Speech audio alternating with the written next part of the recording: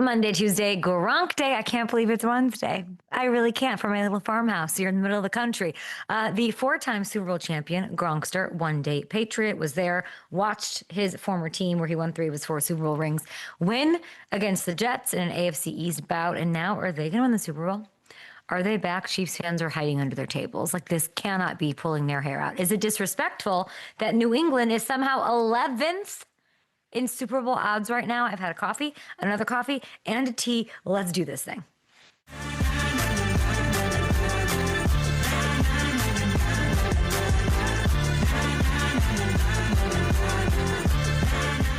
Got to sit down with a really inspiring gentleman, towering over people at 6'4", the Bills breakout star from last week. And if you're a Bills fan, you know this from the past couple of seasons. Tyrell Shavers, Ty Shavers, is on the show. I'd never met him before. Huge game.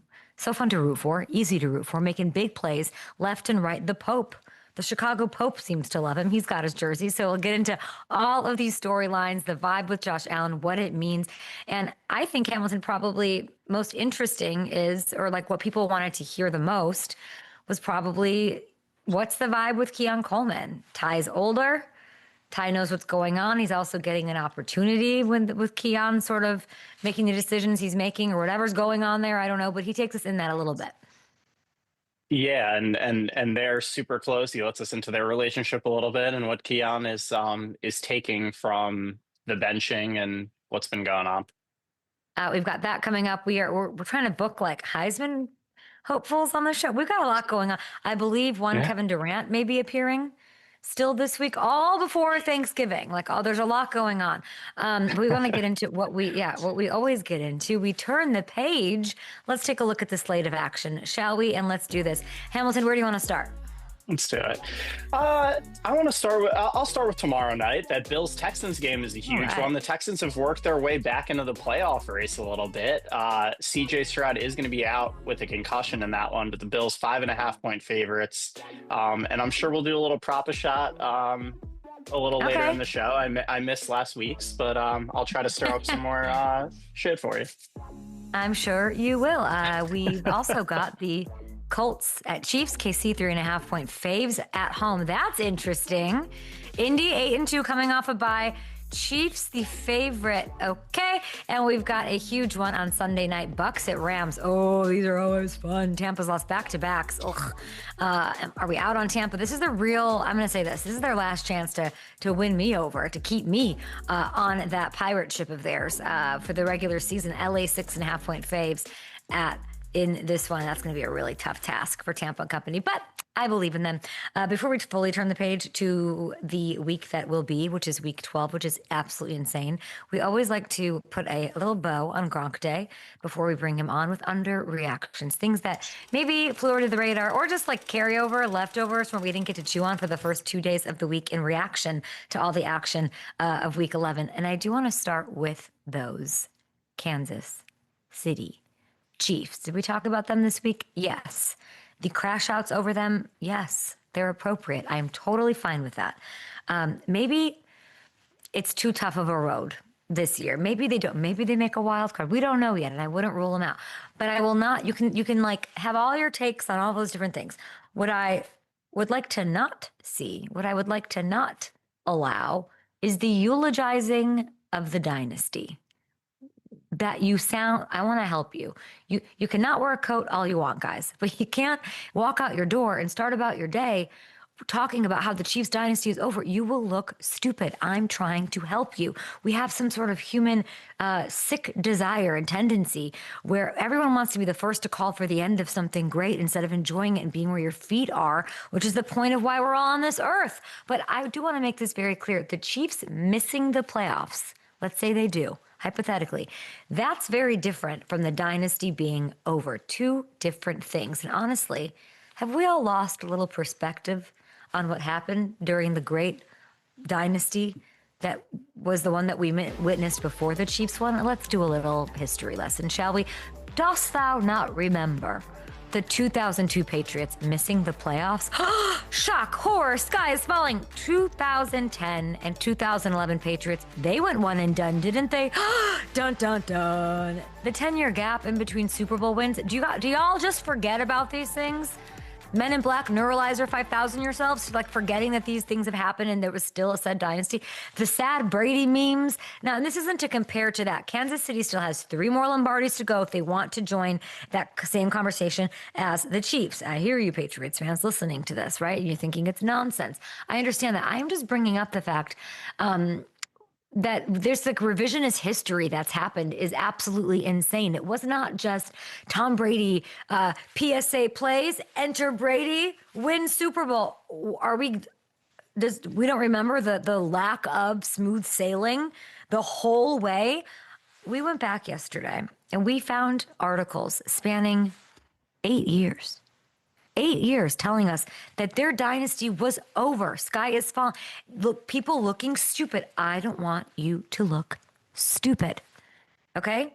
We're pretending like that never happened because we're looking back at, I guess, the totality of the rings over a course of years. I will say this. I think Kansas City has it in them. Patrick Mahomes turned 30. Brady has said this himself. Whatever frustrations you may have with this team, personnel, coaching, front office, whatever it is, run game, they've proven so much that they can, like, enough. They've proven enough that they can retool this roster on the fly and make tough decisions. See Tyreek Hill and L'Jarius Sneed. They rebuilt the O-line. They have talent, young talent. They have Hall of Fame coaching. Whatever ends up happening this year, you will not be able to tell me this thing is cooked as long as 15 keep suiting up. Hamilton, I will ask you, 15 and the great burger eating one.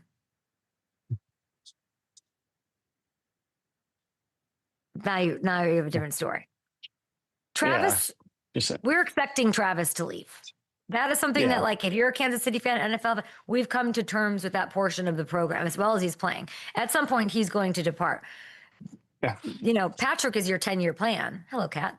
Yeah. Patrick is your 10-year plan, right? So, like, but Andy, we talked to Andy about this. Andy's hardest thing is going to be to leave while Patrick is there. Yeah. Yeah. He's made it impossible for him to retire. Yeah. And that's why I would expect him to be there. It seems like his mindset, every time he's talked about it, he's expecting to be there for a few more years. But it is something to think about, because he is at a different stage of his life and career versus what Belichick was during, the Patriots dynasty, where he was still, a relatively young coach when he started with Tom. Yeah. So it is something to think about. But again, I think Patrick is that special that, and also, if Andy does walk away, you're going to get the top coach off the board, because who isn't going to be knocking down that door to get a chance to coach Patrick? Cliff Kingsbury, the eventual. I've completely lost it. Yeah. We got Propashot, we got Gronk, we got a cat, we got. Yeah. I'm making banana bread today. I got a lot of things. A lot of things. I gotta salt the driveway. Got him. I got a lot of things going on here in my cosplaying. Like a Midwestern caretaker. Okay, so yeah, so we don't want you to look stupid. We are not eulogizing the dynasty, no matter what you think is going to happen this year. Okay, moving on. Hit us up at Up and Adam Show. We've got Gronk coming on the way. Tyrell Shavers for the hopefully Super Bowl bound Bills, who are seeing like their time is here. Their time is here. Maybe it isn't the Patriots year and they can get one in. Let's move on to another thing we're underreacting to, and that is Brock Purdy and him being back. And I don't know what we were going to get. I think a lot of people didn't for these Niners. Mac Jones did such a fantastic job. The coaching's great, all of that. Really, it's been like 2 months of the Mac Jones process, and it's been great. You got to keep a team in the playoff hunt, the whole nine. It's not a coincidence that they scored a season-high 41 points, though, the moment Brock got back on the field. He's their guy. Bruce Arians said, he's your guy from a business perspective. You paid him, he's your guy. But, man, it made sense. It made sense that he's the guy. He's sharp. He was so decisive. George Kittle got going with 2 touchdowns, making everybody happy, which, by the way, we told you that he's going to score on Friday's show last week as a K-maker. Now, this was his 11th career game with a passer rating over 130. That is more than any other quarterback through their first 4 seasons in NFL history. That's a big deal. He's also only played 2.5 seasons worth of games so far. But we've only seen Brock for 2.5 freaking seasons worth of action so far. And it goes way beyond physical throws and that sharpness that I'm talking about. It's beyond that, everybody. It's like this detailing that he does. Niners beat writer Eric Branch actually did a great job sort of saying how the big plays came either via pre-snap checks at the line or from Brock being able to adapt on the fly with the chemistry he has with CMC and Kittle. So you can bring up his shortcomings, literally his height, right? That's a big thing. His hand sizing, whatever, like you can do all of that. But what we saw in week 11 were like intangible qualities. Shout out to Eric Branch for saying that. I like how you said it. The smarts, the instincts, that is rare. That is what you pay for. That is what a Super Bowl caliber team has. And I think that's what's made him so successful, despite maybe some of those things we like to pick apart from time to time. It was the game that we needed Brock to have, right? That he needed to have after there has been all this positive momentum around Mac in a Kyle Shanahan coaching, campaign that he'll never get credit for. So this is a statement game for them. Gets the Niners inside of the playoff picture. Lions out, Niners in. And it sets up what's really become a playoff type situation for them. They have the Panthers. Feisty, underreacted to Panther squad, sitting pretty, and we'll see if they're sitting pretty on Monday night. Okay, let's get one more in here. These are things we're underreacting to. We are underreacting to the emergence of the next great voice in play-by-play. Already the standard, already a great voice in play-by-play, but I can't wait to see where the career of young Will Gavin, I call him Torment, okay, from Game of Thrones. Before I say anything, before I get into this, listen to the call of Deebo Samuel and the touchdown in Madrid on Sunday. Listen. To the right now, 1 to the left. Mariota looks to his right hand side. Quick throw to Deebo Samuel. Cuts inside. 15 to the 10. He's got an angle to the 5 to the end zone. Touchdown, Commanders! A 20-yard across the formation run to Deebo Samuel on the quick pass, and we have a first ever touchdown on Spanish soil, and it goes to Washington. It makes me so happy. I need you to know that I would opt into hearing that on every game. I would do. Oh, is my audio messed up or something? Can you hear me? Oh, it feels very fuzzy. We'll have to cut around that then. Sorry. I love him. He is a friend of mine. This is someone who is so passionate about the game. You cannot tell me listening to that call that you're not like, he's obsessed in football the way I was when I was 5, 6, 7, 25 years old. And I want to hear that. I want that kind of passion every day. And it's not speaking for anybody else or what doesn't exist, but Will Gavin works for TalkSport in the UK. He sort of helped build that up. He is one of the most knowledgeable football minds I have ever had the pleasure of being around. And yes, and his calls are going viral now, so I keep seeing them everywhere, and it's like brings such joy to me. This is not new. He's been covering the NFL. Like we're seeing it now. He's worked so hard. Okay, he's been covering the NFL since 2012.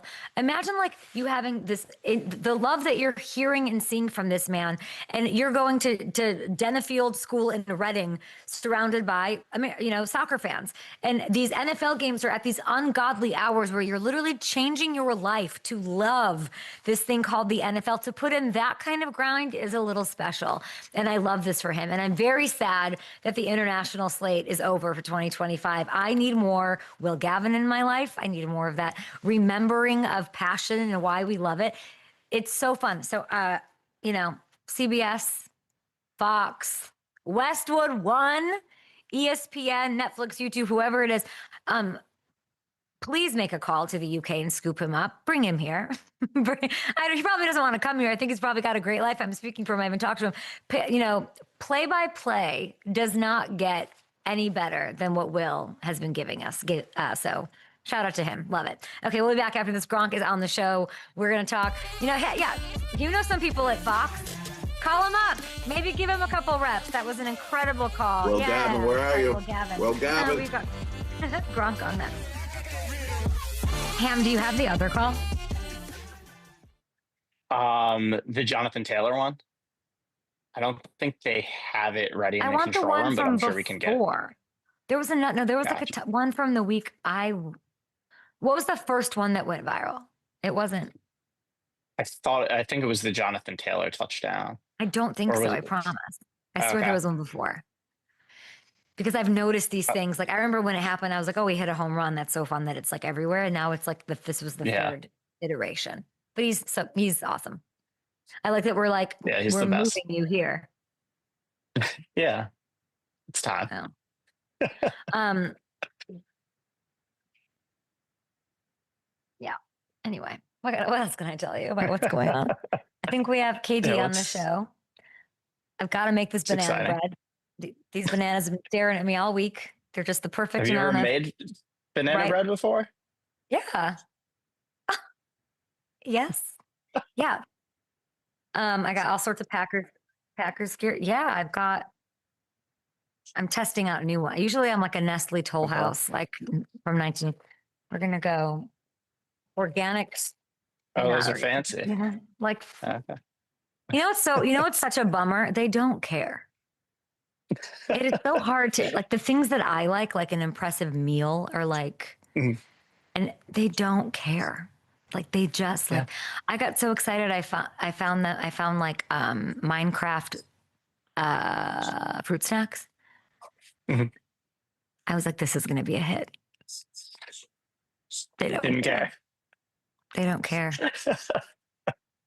And it's so funny because they don't care about what they eat. Boys, I guess maybe, I don't know about my nieces, I don't know. But they just don't like, I'm like, what do you want? Like, I'll make you whatever you want. Grilled cheese, tomato soup. No, they like, I'll have some goldfish. I'm good. Like, they just don't, it's not like a priority to them because they want to go play, obviously, and like live their lives.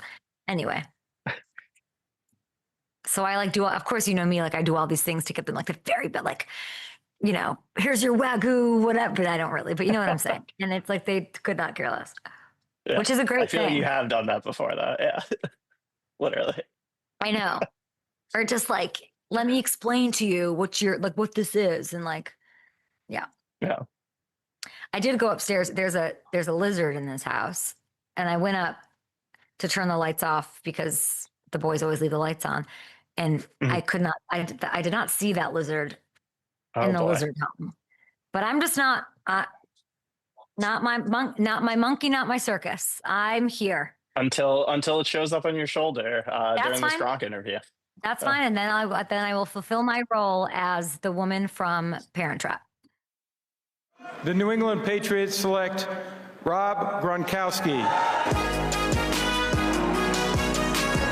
Dropping back, makes the catch over two defenders. It's a 29-yard strike to the big boy. Yo soy fiesta.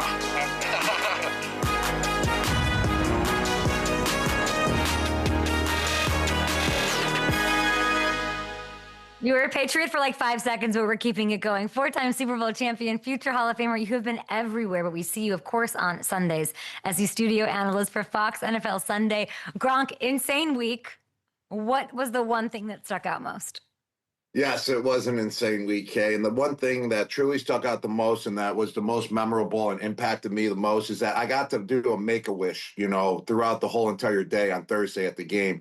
And Connor, we surprised him on Dudes that that he's going to go to the Patriots game. He got a one-night stay at the hotel at Patriot Place. He got a couple tickets for himself and his family to go to the game. And then he rung the bell with me at the beginning of the game. He was the keeper of the light with me. Because, Kay, I've done everything in the world. I've been, scored plenty of touchdowns in that stadium, got the crowd going. When I can pass it down to someone and give them that opportunity to experience that feeling, it makes it more special than for me. And I got to give that feeling to Connor last week on Thursday, and that was really, really cool. And I taught him how to Gronk spike as well. We saw you Gronk spiking. We saw you everywhere. Congrats. Hope it was amazing. And you get to do all these crazy experiences. You're saying, I've done it all. You've even gotten an AI massage. Tell me about the pressure. Tell me about this experience. What do I need to know? Oh my gosh. All right.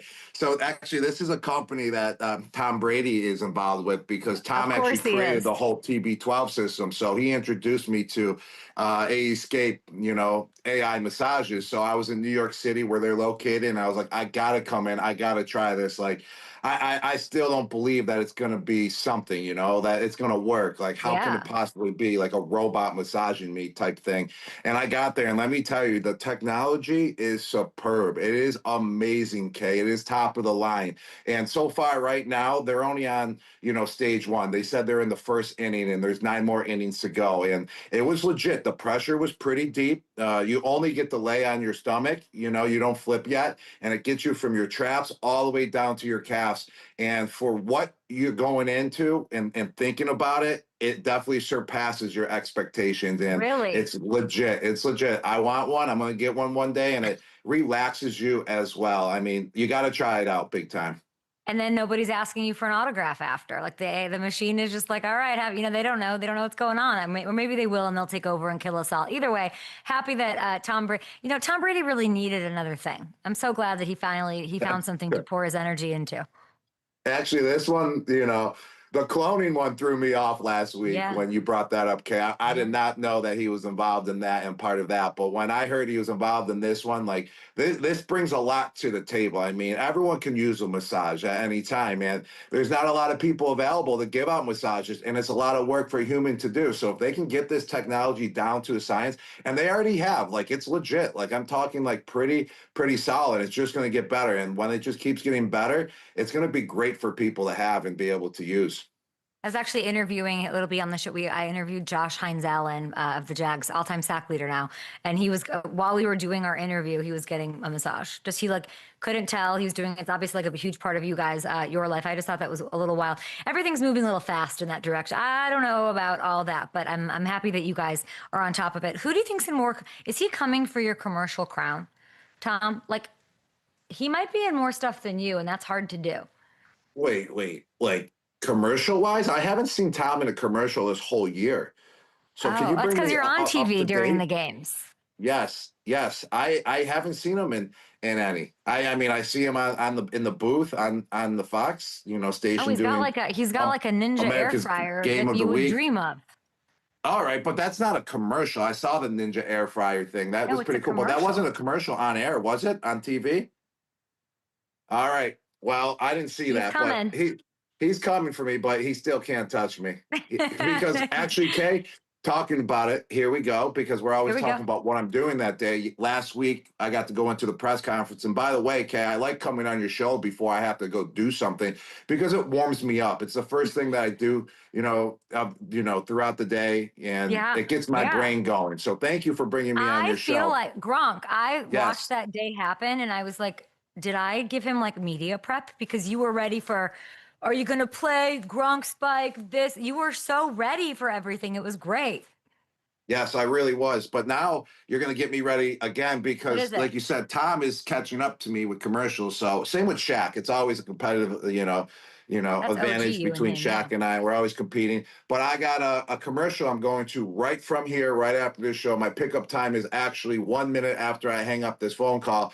And I'm going to go do a prostate cancer commercial. It's going to be a Super Bowl commercial, and there's 6 other tight ends in it as well. And why us tight ends are in it? Because it is now protect your tight end. You don't have to, go up the tight end anymore and get an oil change to see if you're clean from prostate cancer. And now we're going to be advertising that it's just through blood work now to be able to get checked to see if you are clean and clear from prostate cancer. So now it's all about keeping your tight end clean. So it's going to be a pretty cool shoot today. You got to keep your tight end clean. I love that. Did you just break some sort of embargo that you're going to get sued for, Gronk? Yeah, but I might have, but it's on your show, so it's all good. We're good. Okay, it's all great. You're getting me warmed up for today, so we're good. Exactly. That should just be in all of your contract. Now that you're warmed up, let's get to Drake May. Forget about the stats, Gronk. You know what the best version of that position looks like, the goated one. You saw it 3 years. Is Drake playing quarterback better than anyone else right now? Oh, I mean, he's definitely a top quarterback in the league, better than anyone else. Let's take a look. Let's show you. I would say he's up there. He's definitely top 3, 100% top 3. I mean, there's Matthew Stafford as well. I mean, Matthew Stafford is playing absolutely lights out, like incredible, like what he's doing. I think it Drake really May, might be Drake May. You're right. I would say Drake May, because Matthew Stafford has a lot of weapons to throw to as well that are very well known, that are really established. Devontae Adams, Puka Nacua, all that good stuff. So I would say Drake May is playing the best football at the quarterback position. You are right, Kay. I had to think about it for a while. Is that not insane? Yes, it is insane. And when I interviewed him, I'm telling you, Kay, his football IQ was through the roof. He has so much intelligence, and he's so calm, throughout the whole entire game. He's calm off the field as well, and that's what you need as a quarterback. That's the trait you need to possess, and he possesses it to the highest level that I've seen a quarterback have. Just to be able to just be calm, cool, and collective at all times. That's what you need. And just the ability, what I really love is that how he can read a defense. And I would say Josh McDaniels, I brought this up before, Josh McDaniels has helped him develop into that type of quarterback to be able to read a defense and go to the guy, that's open that play and not force the ball at all. That's what I really love about him, is that he doesn't make any mistakes or errors in that category, and he just checks it down when he needs to. Did you get any intel in your madness of being there? Did Kraft say anything about him? Did you get to dap up Drake May? Did you talk to Josh McD? I didn't really get to see any of the players, but it was really quick. I walked by Josh McDaniels in the tunnel, and he just dapped me up really quick. I haven't seen him in a while, and he just said congratulations to me. And what's crazy is Josh McDaniels, he's a young buck. Like, I don't even think he's in his 40s yet, and he looks like he's still in his 20s. So whatever he's doing out there as a coach, because a lot of coaches aren't in that situation. Usually they get bigger, they look older, they got a lot of stress on them. Josh McDaniels looks like he's in the right place. He's 49, bro. Is he 49? That's how young he looks. Okay, I did not know he was 49 years old. That's crazy. He's 49. But he's in the right position in his life where he's stress-free and he's doing what he loves. I could just tell. He's on that Brady shit. Yeah, he might be. He might be. Whatever that might be. Hey, I look all red today, Kay. I mean, I was actually up early, and I swam 20 laps in the saltwater pool, and then I went in the hot tub. So my skin's a little blazing right now. If I'm looking, I'm like, dang, I'm super red right now. So that's why. At least it's about your tight end today, not about your face. So I think you'll be okay at your you'll be okay at your shoot. That's what the makeup is for. Josh McDaniels is 49, but you're saying he looks good. He does look good. Maybe he's overlooked as far. Everyone talks about these good-looking svelte coaches. I feel like nobody ever talks about Josh. Yeah, he is a good-looking underrated coach. Pick. You got Cliff Kingsbury. You got Josh McDaniels. Yeah. You got head coach down in Miami, McDaniel down there too. The McDaniels are all just. He was looking young at the beginning of his career as a head coach. Then he kind of aged a little bit, but maybe he'll get back to it one day. Ben Johnson. Oh yeah, Ben Johnson. Yeah, he a the young NFC stud, North really is where it's at. If we're gonna go there, you've got KOC, unbelievable. You know him. Ben Johnson, unbelievable. Matt LaFleur, cute. Oh yeah, he is. He's a stud. And Dan Campbell. Dan Campbell. Dan Campbell's Dan Campbell's not the best looking stud, but he's a stud. You know what I mean? He brings. No, he's a stud. He's walking into a bar 20 years. He's cleaning up. Okay. Yeah. Now, let's get to some other things that are more important. Okay. So here's the deal. We just figured out this team's looking great. They're doing it with less. They're doing it in a rebuild. Drake May's playing the best football, fantasy top guy, whatever. All the other quarterbacks are kind of having their bad games. He's not. Despite being tied for most wins in the NFL, the Patriots have the 11th longest odds to win the Super Bowl. If you have a quarterback as playing as good as everyone else in the league, you're not ranked 11th. Why are they ranked so low?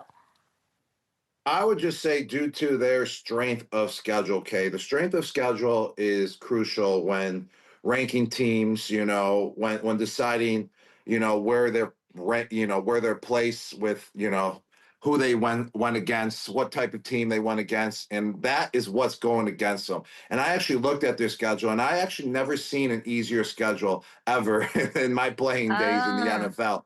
But I don't want to take anything away from them because of that. They can only control their own destiny, and that's what they have been doing. They only focus on what they can focus on and control the factors that they can control. So the schedule is just in their favor this year, and I would just say that's the only reason why they're the 11th best favorites to win the Super Bowl this year is because of that. And then if you look at it for the rest of the year, I mean, they got the Baltimore Ravens, they got the Buffalo Bills one more time, but the Bills are very vulnerable. Are the Ravens going to be playing like they were at the beginning of the year, or how they've been playing the last couple games? So we'll see, but it doesn't matter. What the Patriots are doing is still so incredible compared to where they were last year.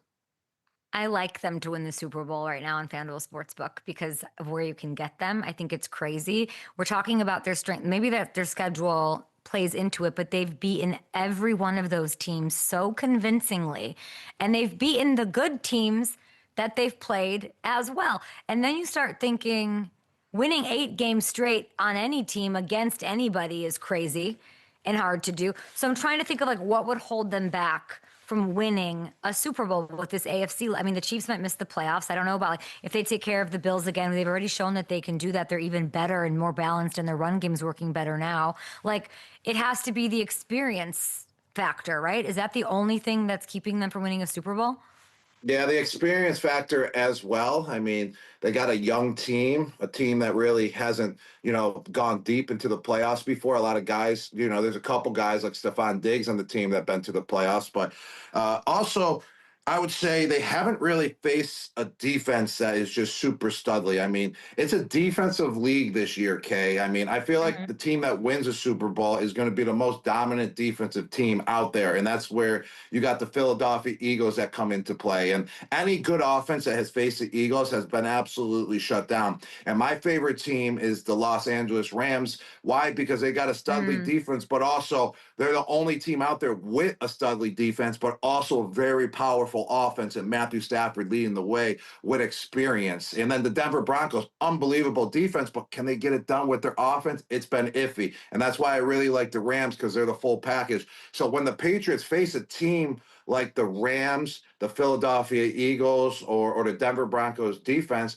how are they going to step up? I feel like that's where everyone's misplacing them and saying that they won't be able to dominate or produce versus a team like that. But that's why we have the playoffs, and that's why we're going to see down the road. And Patriots, they've proven everyone wrong already this year, so hopefully they can do it again once playoff time hits.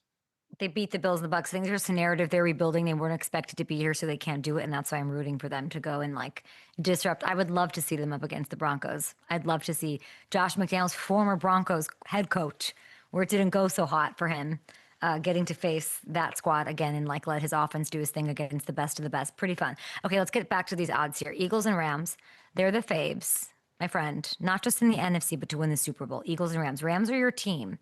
What is your vibe on the Eagles right now? Why not the Eagles, I guess, if you're picking the Rams? Yes. I just said it, Kay. Those are the best two teams in the NFL right now. And it's because I didn't even know that they had the best odds either. I was just saying it from my experience watching the games. The Philadelphia Eagles, I mean, I understand why they're number one. I mean, they won it all last year. They picked it up, when they needed to in every situation.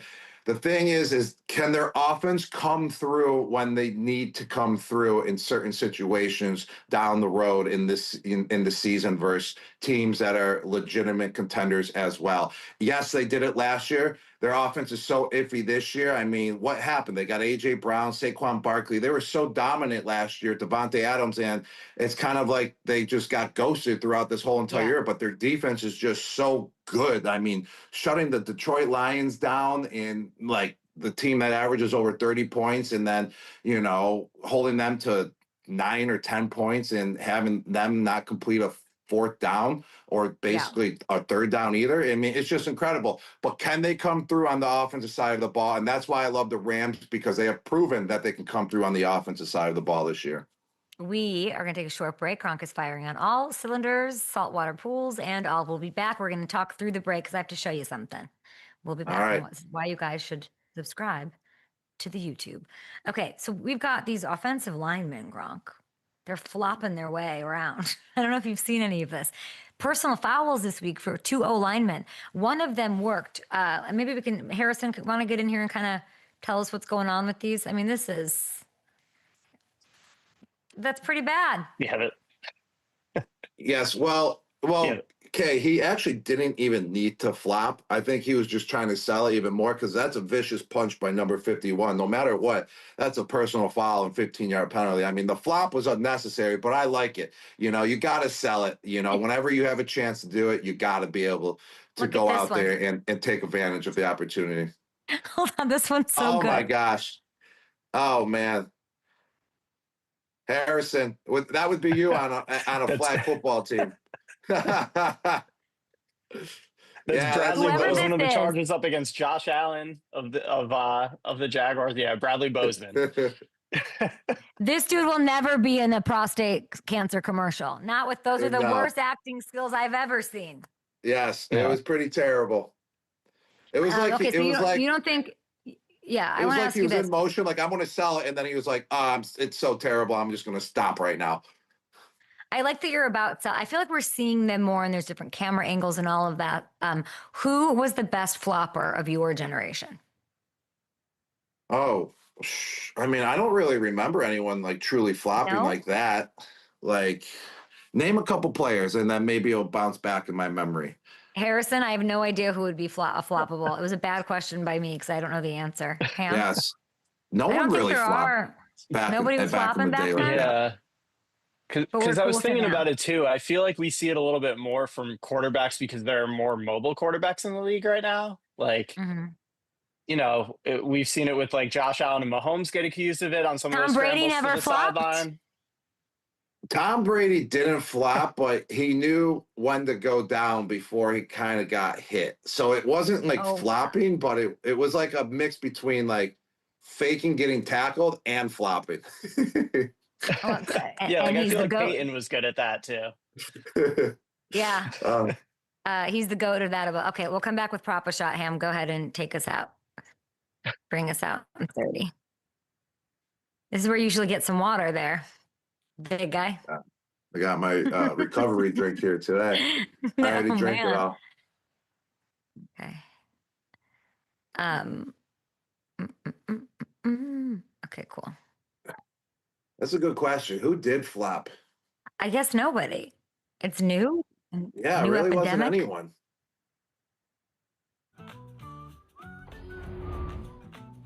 All right, we got Prop a Shot. We're back here. Let's take a look at that scoreboard. You guys both went 2 for 3 last week. So, okay, you are holding on to a 2-point lead.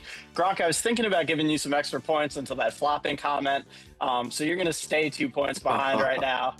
You guys know how this works. I'm going to tee each up with 3 props here for this Bills-Texans game tomorrow night. Gronk, I'll start with you. The line for Josh Allen's passing yards is 224.5. You going over or under?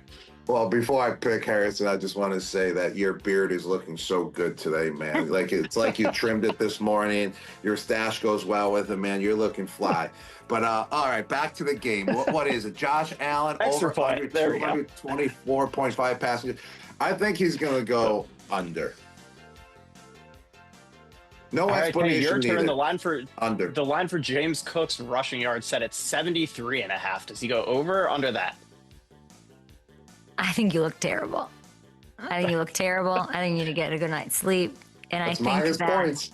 Minus points. Yeah, negative points. There we go. We're tied. I'm going to win despite all this. Like, Gronk, you go first. Gronk. No, we're over this. No, I'm going to say he's going to go over. They got to get the run game going. This Texan secondary is no joke. Seeing this is a big test for them. James is averaging just under 100 yards a game. So let's go. All right, Gronk, back to you. The line for Nico Collins receiving yards, 73.5. Does he go over or under that against this Bills defense? Yes. Well, Stroud is out this game. David Mills, I think he played last game as well. And Nico Collins had a pretty good game. I think he had like 9 receptions for over 100 yards, possibly last game, I think it was. So I don't think that's going to happen again. The magic has ended. David Mills and the Nico Collins connection is going to go down versus the Buffalo Bills. I'm going to say under 73.5 passing yards. Good one. All right, Kay, I'm gonna give you a Josh Allen prop here as well. His line for rushing yards is set at 33.5. Does he go over or under that? Those who believe in quantum physics and the field, 33 is a big number. 33.5. I'm going to say over. Josh, I don't know. He's been using his legs. more than usual, Supermaning, and I think that's what he thinks he needs to do at this point to secure a Super Bowl or home field advantage or whatever he wants. And I feel like this is a game where he can do that. He's going to scramble. We talked to Ty Shavers about it. He'll be on the show here shortly. So it's going to be the hardest thing, I think, for the Texans to figure out and account for is going to be those gams. All right, Gronk, one anytime touchdown scorer for the Bills in this one. I'm going with James Cook. He didn't have a touchdown last week. Josh Allen threw for 3, ran for 3, and had 2 interceptions. So I think it's James Cook's time. You know, Josh Allen's a quick week. He needs to recover, so he's not going to run as much as he did last week. So he's got to hand it off to James Cook. All right, okay, now that we're all tied up here, you're going to need to nail this one. One anytime touchdown scorer for the Texans. You're so ridiculous. How many does Nico have this year? Not a ton, right? Let me say. I'm going to go. My gut's telling me not to do Nico. Nico yards, yes, but touchdowns no. I'm going to go Woody Marks. Is that absolutely insane? Because you can run on them. I just picturing Achane still running all over them. So they give up tons. They give up tons, and I just think that they're going to give up more rushing touchdowns. So it's going to be Woody Marks. That was at the buzzer, truly. All right, let's do this. Let's look at the props here. James Cook over 73.5 rushing yards. Allen over 33.5 rushing yards. Woody Marks getting in the end zone. Gronk going with Josh Allen under 224.5.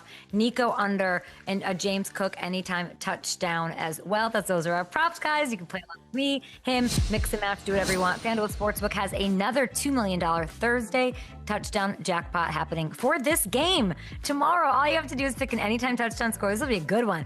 And if your choice scores the first or the last touchdown, you get a share of $2 million in that big pot. All right, we will be.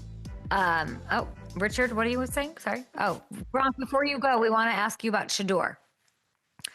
Yes.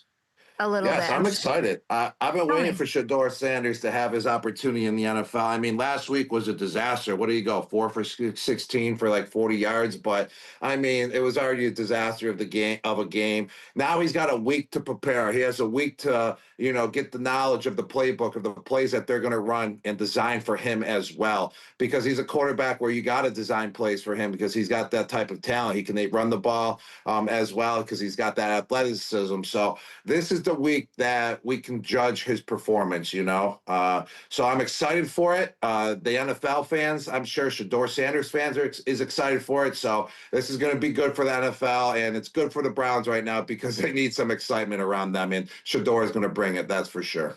Stefanski officially announced he's starting this morning. Do you think he wins the starting job this week?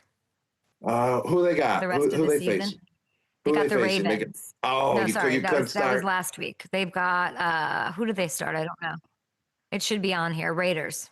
Sorry. Yeah, it's the Raiders. Yes, you can't ask for a better opportunity to, have your first career start, and it's going against the Raiders, who are possibly one of the worst teams they are one of the worst teams in the NFL right now. Okay, so I think he gets a win, and I think he stays consistent, and he remains the starting quarterback as the Cleveland Browns. I think it's going to happen. I mean, I've been saying the whole time, Shador, just stay ready because that opportunity will come. You don't know when it's going to come. Yeah, he didn't show out last week, but now he can prepare. I think this is the week that, he comes out and he balls and he stays the starter. Gronk, you're the best. Enjoy your commercial. I can't wait to see it on the Super Bowl. Hopefully you don't get sued, and don't blame me if you do. Thanks, Gronk. Thanks, guys. See you guys later. Our keeper of light, get over to FanDuel Sportsbook, guys. Get your bets in for tomorrow with our prop, a shot as always. And there's some fun ones. That was Shador one, by the way. Passing yards, 157.5, which is very interesting. All right, here's my sit down with Tyrell Shavers of the Bills. Take a look. Congrats on the win. Can you sort of describe what that game was like for you? The feelings, the vindication, maybe the joy. Yeah, honestly, it was like all a dream come true, all in one. Those are the moments you dream about at night. You think about before bed, before the game, and it actually comes forward and happens. I'm so grateful. I'm so thankful for the moment, the opportunity. We just got to keep going. We got to build off of it. Did you know you were going to have this kind of game? Nah, not at all. Not at all. It's kind of I know I'm gonna be up every week. It's a game plan thing. I have my plays in, but the ball finds who the ball finds. If you go looking for it, you probably won't come out with much, but the ball will find you.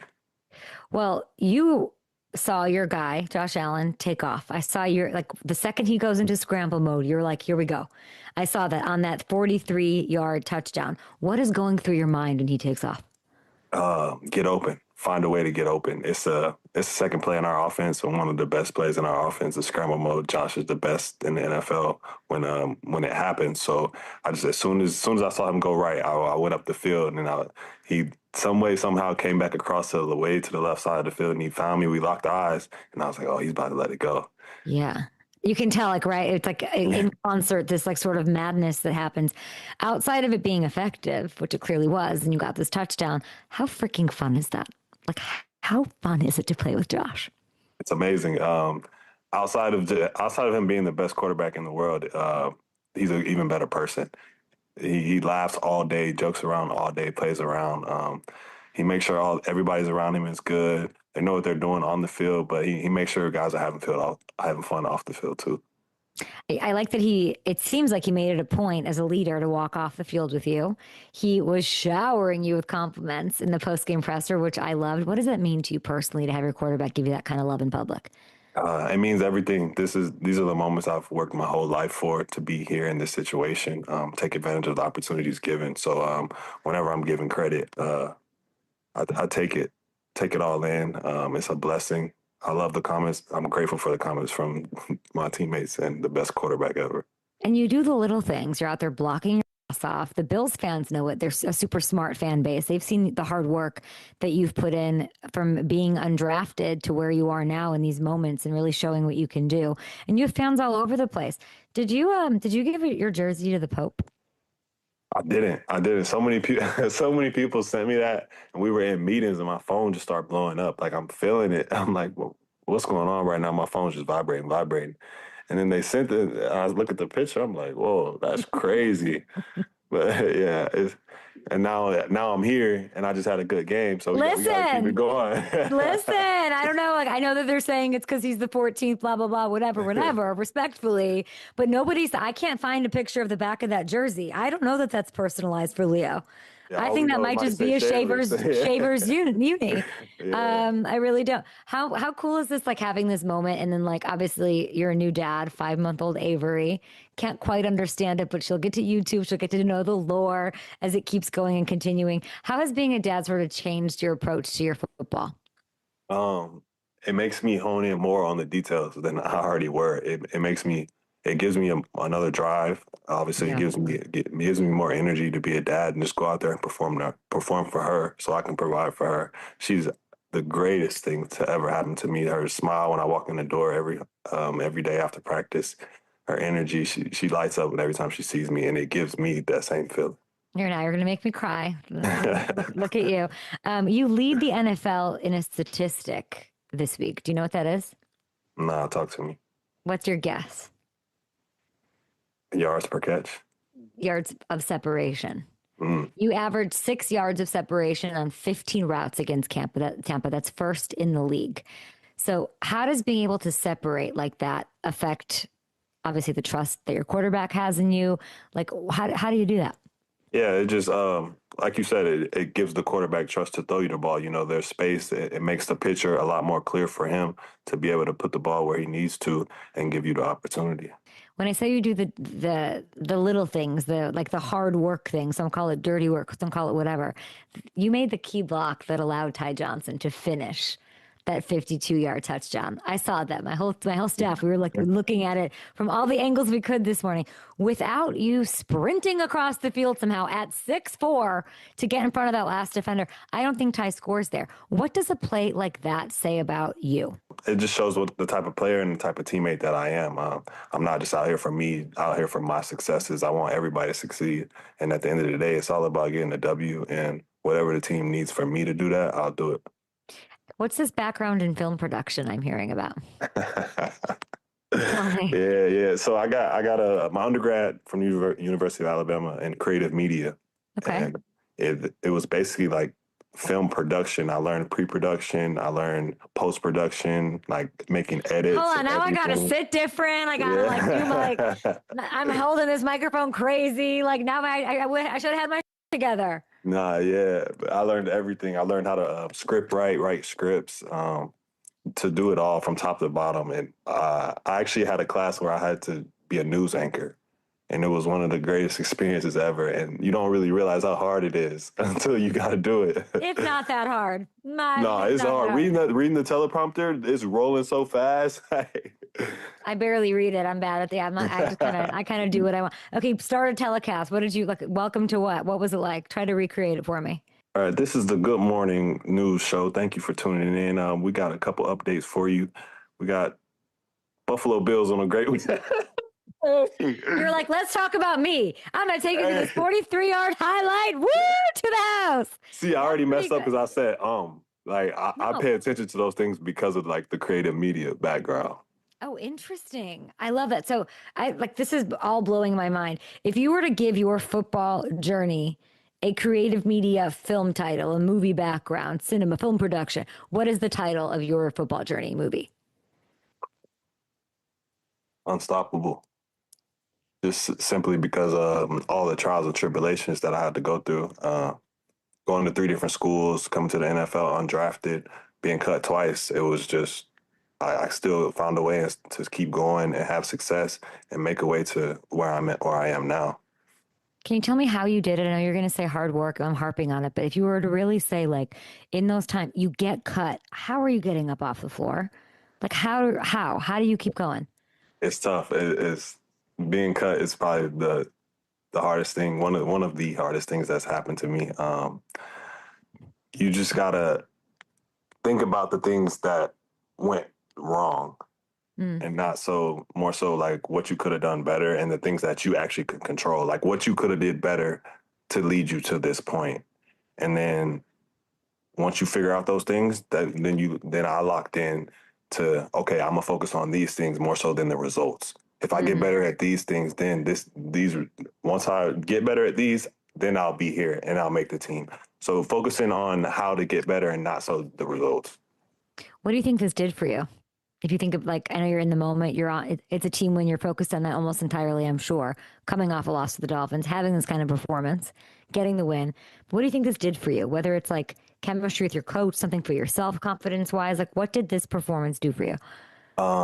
Confidence, number one. It gave me all the confidence in the world. I always knew I could do it from when I made the team. Obviously, I came to the NFL, but it just gives you a little extra boost when you go out there and have a career day.